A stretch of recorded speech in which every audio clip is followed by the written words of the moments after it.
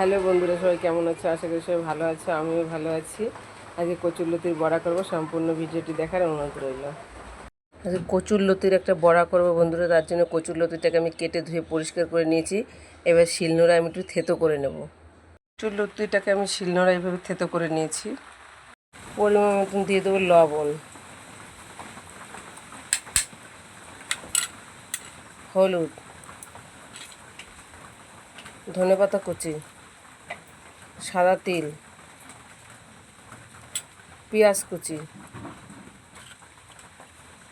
কাঁচা লঙ্কা কুচি, চালের গুঁড়ো। এবার আমি সুন্দর করে মেখে নেব। আমি সব কিছু দিয়ে সুন্দর করে মেখে নিয়েছি। গ্যাসে একটা প্যান বসিয়ে দিয়েছি, গরম হয়ে গেছে। এবার পরিমাণ মতন তেল দিয়ে দেবো।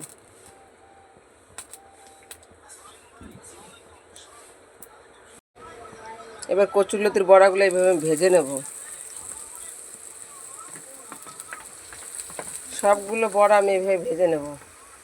সবগুলো বড়া এবার আমি উল্টে পাল্টে সুন্দর করে লাল লাল করে ভেজে নেব। কচুরলতির রেসিপিটা আমার হয়ে গেছে বন্ধুরা, দেখো কতটা সুন্দর হয়েছে দেখতে।